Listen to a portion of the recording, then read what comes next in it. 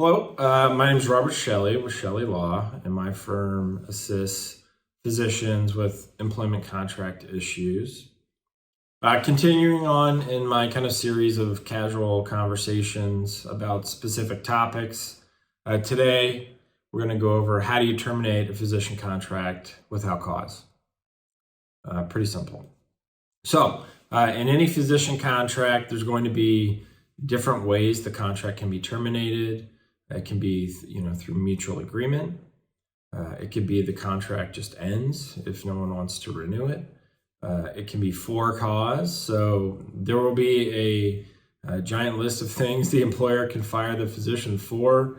You lose your license, DEA registration, you're uninsurable, have a felony, you're on the OIG list.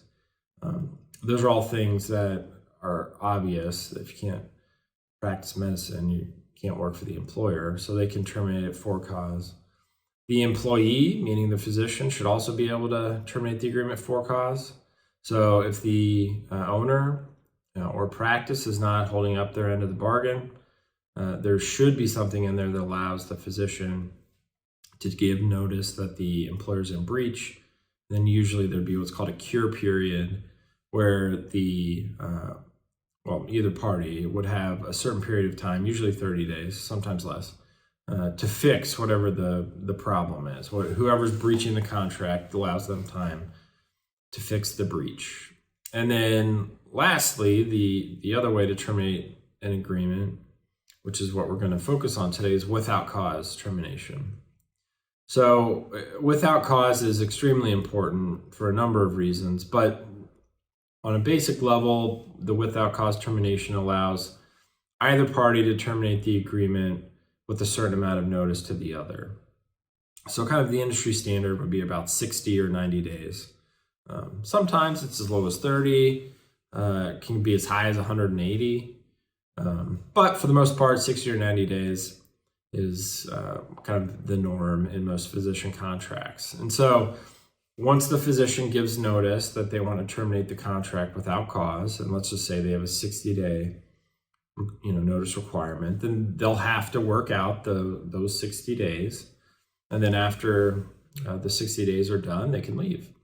There'll also be some kind of, or at least there should be some kind of language in there that says if the physician gives notice and the employer doesn't want them to work anymore, so the physician has a 60-day notice requirement, they give notice, and the employer says, I don't want you to work 60 days, I just want you to go home. Well, then they would still have to pay the physician for those 60 days. The reason why this is important is no job is perfect. So, and it's also difficult to kind of gauge whether, hopefully through the interview process and going out and meeting the people, seeing the offices, the physician can kind of get a feel of whether they'll be a good cultural fit or not. But sometimes it's a facade. The physician thinks it's going to be a great match, and you get there and it's not. And so if there wasn't without cause termination and you just had to work out whatever the initial term was, 1 year, 2 year, 3 years, you're stuck for that amount of time if it's not in there and they're not breaching the contract. So without cause termination kind of gives the flexibility where if situation's not working out, and it kind of goes both sides, sometimes an employer brings a physician in and they're not a good fit, they want to get rid of them. So it allows some flexibility for the physician, which is important. Some considerations if the physician is going to terminate the agreement without cause. First, usually if you're with a small physician-owned group and you terminate it without cause, the physician will be responsible to pay for tail insurance. If you're an employee of a big hospital or health network, you almost never have to pay for tail. Are there any repayment obligations for the signing bonus, relocation assistance? Usually, if you leave within the first term, you'll have to repay some kind of fraction of that. 2, what happens to the compensation after the agreement's terminated? If a physician's on a pure net collections based agreement and the agreement states once the contract terminates, no more compensation goes to the physician.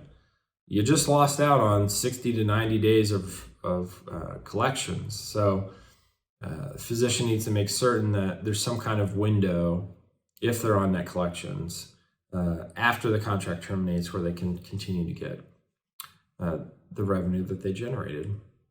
And then finally, if you terminate the agreement without cause, the restrictive covenants will apply. So restrictive covenants are things you can't do after the contract ends. Non-solicitation agreement, non-compete, non-disparagement, those will all apply if they're in the contract, and you're in a state that doesn't prohibit them, if you terminate the agreement without cause. Another thing to think about is how to notify the employer correctly. Unfortunately, I see this every once in a while where a physician will give notice, but it wasn't effective notice, meaning there will be a section in the contract that says, this is how you give us notice. And so in that case, you have to follow it. So it has to be either certified mail or hand delivery, or rarely would they accept an email, but in some cases they may. So really look at the notification section. It'll have to be in writing and sent correctly. And so if that happens, if it's notified correctly, there won't be any issues. I had a couple cases where a physician didn't give effective notice. The employer was so mad, they just sat on it for a month and then finally came back to the physician and said, hey, you realize you didn't give effective notice. You owe us another 60 days, which completely screws up whatever new job they have lined up and the start date of that. So take that into account. Without cause termination is a great thing for a physician. If you have a contract that does not have without cause termination, and really the only exception would be if you're a J1, where some states prohibit having without cause termination during the 3-year term. If you're given an agreement and it doesn't have without cause termination, it just says you have to finish the term, that is an enormous red flag, and you should either have that looked at or move on to a new job that has proper termination.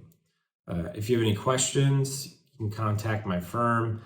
We assist physicians with consults where they'd like to terminate the agreement without cause. You can either reach us on our website at chellelaw.com, CHELLE law.com. You can also call us at the number listed below in the description.